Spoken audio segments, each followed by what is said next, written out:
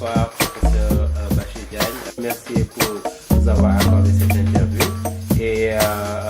vous êtes le président de la délégation extérieure de la Commission nationale électorale. Et dans un premier temps, peut-être on aimerait avoir un peu l'état des lieux des inscriptions au niveau de la diaspora et du processus en fait. Comment ça se passe pour que peut-être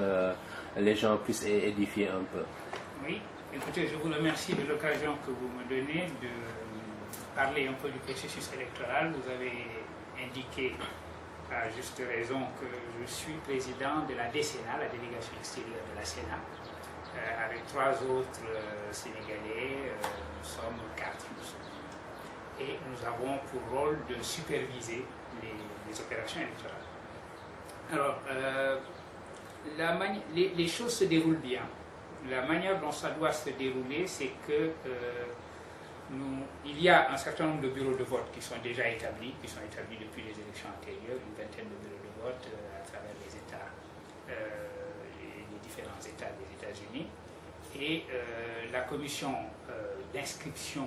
la commission dite de révision, si vous voulez, il s'agit de réviser les listes électorales, cela veut dire de nouvelles inscriptions, et également des modifications d'inscriptions antérieures ou des radiations s'il y a lieu. Nous sommes dans ce processus-là, et je dois d'ores et déjà vous dire que les gens sont extrêmement mobilisés, d'après ce que je vois. Pour vous donner 2 chiffres très rapidement, il y avait un total d'inscriptions en 2006 de 4600 à peu près aux États-Unis. Eh bien, ce chiffre de 4600, nous l'avons déjà atteint en ce moment, au moment où je vous parle, c'est-à-dire ce sont des 4600 qui viennent s'ajouter aux 4600 qui étaient inscrits. Donc l'augmentation des listes électorales est de 100% pour l'instant, et ça va aller au-delà, puisque, comme vous le savez, nous avons encore tout le mois d'août, où nous allons rester à New York. Donc, le mois d'août va être consacré à New York. Nous avons déjà fait l'essentiel à New York, évidemment. Nous avons également été dans les différents États. Et là, maintenant, pour tout ce qui est le mois d'août, nous allons rester à New York. Nous avons déjà couvert les bureaux à l'extérieur. Nous avons même pu, profitant de la prolongation des inscriptions d'1 mois, aller dans des endroits où nous savons qu'il y a des populations sénégalaises assez importantes, mais qui ne sont pas nécessairement des bureaux de vote. C'est-à-dire que nous sommes allés au-devant des populations, enfin, la Commission nationale électorale est allée au-devant des populations, à inscrire les populations là où elles étaient, en leur précisant bien qu'il fallait quand même, le jour du vote, aller dans les bureaux de vote et que le lieu d'inscription n'était pas nécessairement un bureau de vote. Voilà de manière très générale le déroulement de la procédure. Une fois que le mois d'août sera passé, il restera maintenant au ministère chargé des élections au Sénégal d'entrer toutes ces données et de nous envoyer les cartes d'électeurs. Parce que pour l'instant, tous ceux qui se sont inscrits ont leur récépissé et ils attendent donc le retour de leur carte. Ça va être une 2e phase des opérations qui peut être délicate parce que nous n'aimerions pas nous trouver dans la situation où quelqu'un qui habite à Brooklyn a sa carte d'électeur à Atlanta. Évidemment, ça c'est le genre de choses à éviter. Mais la première phase, nous sommes à 3 semaines de la fin de cette première phase. Je crois que nous pouvons dire qu'elle s'est déroulée véritablement très très bien, avec dans un bon esprit. L'administration chargée des élections, les partis politiques et nous-mêmes, comité de supervision, nous sommes très bien entendus sur le déroulement de la procédure. Merci. Est-ce que vous avez une estimation des Sénégalais qui se trouveraient ici aux États-Unis et qui seraient en âge de voter par rapport au nombre de Sénégalais qui se sont inscrits sur les listes?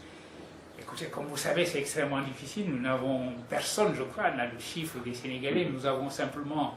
le sentiment qu'il y a infiniment plus de Sénégalais que cela. C'est-à-dire que j'avais été surpris d'ailleurs quand j'ai accepté ces fonctions de président de la DCNA, de savoir qu'il n'y avait, pour les élections précédentes, que 4600. C'était déjà très faible par rapport à ce que nous pouvons estimer être la population sénégalaise aux États-Unis. Alors pourquoi est-ce que les gens ne s'inscrivent pas? Il y a plusieurs raisons que l'on peut deviner. Et il n'est pas trop tard d'ailleurs de profiter de l'occasion pour lancer un appel, pour dire aux Sénégalais, inscrivez-vous massivement, parce que la citoyenneté, la démocratie repose sur le fondement de la participation la plus massive possible. Et nos inscriptions n'ont rien à voir avec le statut des Sénégalais qui se trouvent ici. Qu'ils soient ici en situation illégale ou illégale, ça n'a rien à voir. Ils sont Sénégalais, ils peuvent faire la preuve qu'ils sont Sénégalais, ils peuvent s'inscrire, avoir leur carte d'électeur et voter. Donc il ne faut pas que cela les retienne. J'ai souvent entendu certains demander si le fait qu'ils avaient pris une nationalité américaine changeait. Vous savez, on ne perd jamais la nationalité sénégalaise. Donc ils ont la nationalité sénégalaise en plus de la nationalité américaine s'ils l'ont acquise. Par conséquent, encore une fois, dans ces cas-là, ils peuvent s'inscrire. Je crois qu'il y a ces éléments-là qui peuvent expliquer que le taux d'inscription, bien qu'il soit encore une fois important par rapport à ce qu'il était la dernière fois, ne nous semble pas véritablement correspondre à la population sénégalaise de la diaspora. ñi door kuréel bi kuréel la boo xamante ne amul mbubb politique maanaam askan wi daal moo ñu tax a jóg pour yee leen ñu gën a xam seen warugar gën a xam seen ak seen yelleef surtout nag bu ñu demee ci nekk mbirum jongante yii di ñëw di 2012 nga xam ne war nañoo tabb ab candidat bu bees ñu bëggoon nag nga wax ñu tuuti rek processus électoral bi ndax bokk nga ci ñi nga xam ne ñu koy jiite bitim réew nga wax ñu ci gàttal lan fan ngeen ci toll ak lan moo ci tolof yi nga xam ne am ngeen ko ak ban ñaax nga ciy ñaax population bi pour ñu gën a xam ne lii seen warugar la war nañ ko def loolu mooy laaj bi jiitu bi laaj bi ci topp mooy gis nañu ne daal boobu assises nationales yi commencé ba léegi mel na ni askan wi am na foo xam ne ñu ngi fay bëgg a yeewoo ci mbirum wax seen xalaat ci mbirum xalaat ne Sénégal am na lu ñu ko war a defare ñu bëggoon a xam yow comme gëstukat nga xeltukat nga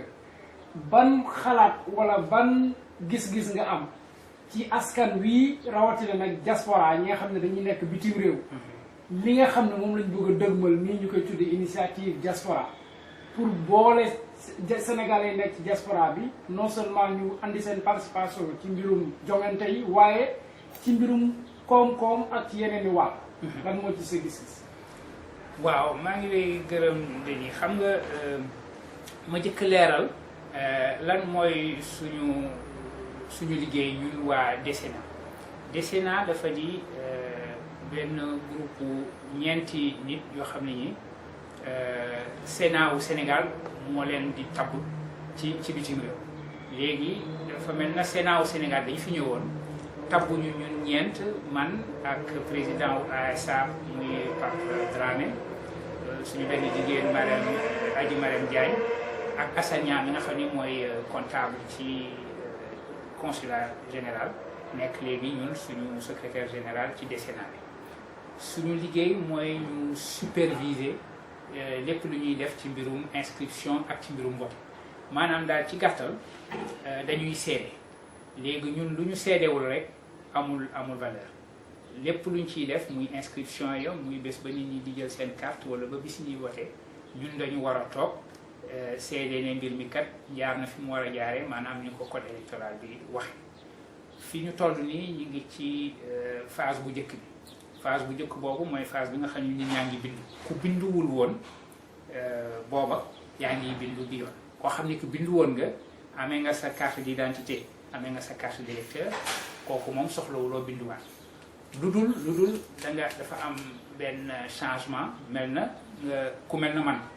Chicago laa nekkoon ci élection yi passé ñëw léegi New York dama def changement boo xam ne day wane ne léegi ci New York gi lay voté yooyu changement la ñuy def mu mel na léegi ba ca élection yu jëkk yi daal